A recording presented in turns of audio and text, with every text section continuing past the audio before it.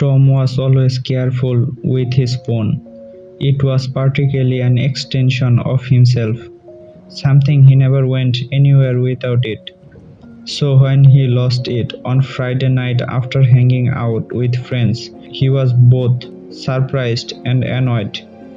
He had been at a small bar in town, nothing too wild, and he distinctly remembered on the bar counter.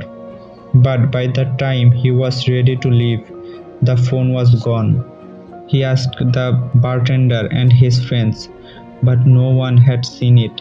After searching every counter of the bar with no luck, Tom accepted that it was gone.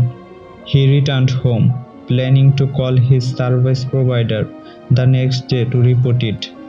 That night, Tom couldn't shake the uneasy feeling gnawing at him. It wasn't just losing the phone that bothered him, it was something else, something he couldn't quite put his fingers on. He finally fell asleep, trying to convince himself that it was just the stress of losing an expensive device. The next morning, Tom woke up early and borrowed his roommate's phone to call his own, just in case someone had found it and was willing to return it. To his shock, the call connected. "Hello?" he said, trying to keep his voice calm. No one answered, but he could hear something breathing. Heavy, heavy breathing. "Who is this?" Tom demanded, his heart beginning to race. "Where did you find my phone?" There was still no response, only that unsettling sound of someone breathing deeply. Then suddenly the call disconnected. Tom felt a cold shiver running down his spine. He tried calling again, but this time the number was unreachable. Something was wrong, very wrong. Later that afternoon, Tom decided to visit the bar again, hoping maybe the phone had turned up after all. But as he walked down the street, his borrowed phone buzzed in his pocket. It was a text message from his own number. "Found you." Tom froze in the middle of the sidewalk, dread washing over him. How could this be happening? He quickly typed a reply, "Who is this?" Almost immediately a new message appeared. "Look behind." Tom's blood ran cold. He slowly turned around, scanning the street, but saw nothing unusual. Just usual city crowded going about their day. But then he noticed something.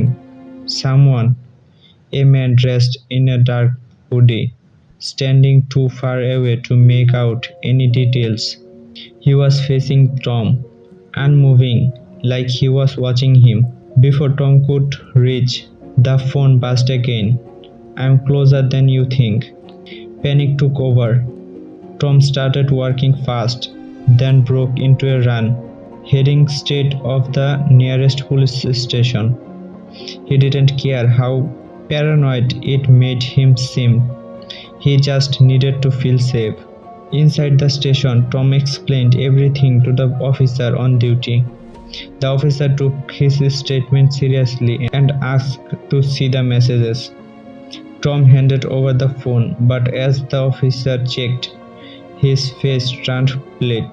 "There's nothing here," the officer said, handing the phone back. Tom looked down at the screen. The messages were gone, completely erased. His call log, too, was empty. It was as if nothing had ever happened. Confused and terrified, Tom walked out of the station, clutching the phone tightly. Just as he stepped outside, the screen lit up with the final message from his own number. "You can't hide from me, Tom." Tom never found his old phone, but from that day on, strange things keep happening. His new phone would occasionally ring, showing his own number calling. Each time he let it go to voicemail, too afraid to answer. And every night he felt like he was being watched, closer than he could ever imagine.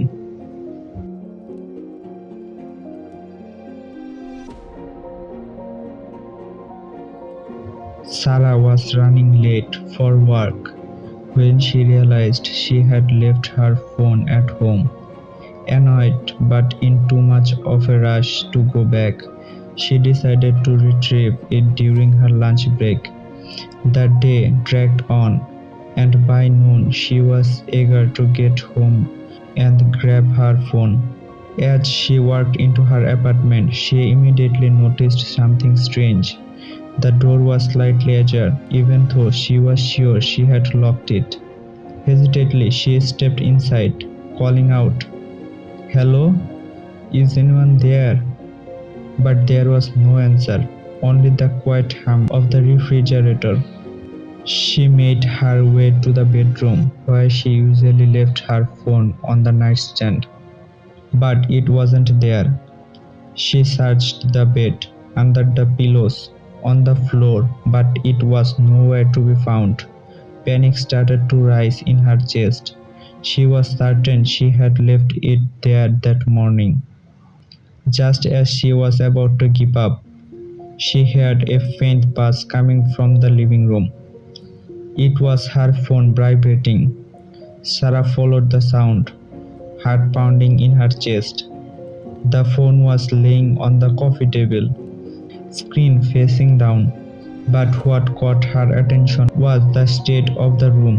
Everything was untouched, exactly as she had left it, except for the phone. She picked it up, and as soon as she did, the phone rang. The caller ID showed an unknown number. She answered, "Hello?" A static filled voice on the other end spoke, "You left me." Sarah's breath caught in her throat. "Who is this?" she whispered. "You shouldn't have left me behind." The voice continued, growing clear but more menacing. "You forget about me." Suddenly the call disconnected and the screen went black. The power button wouldn't respond. She tried charging it, but nothing worked.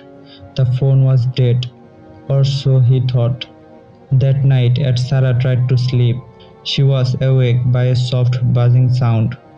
Her phone, now laying on the bedside table, was vibrating again, even though it had been completely unresponsive earlier. The screen flickered to life and a new message appeared. "You can't escape me, Sarah." The room grew colder and Sarah felt a presence, as if someone or something was standing just behind her watching. She didn't dare turn around. The last thing she saw on the phone was a photo of her sleeping in her bed taken just moments ago. Sarah never left her phone behind again.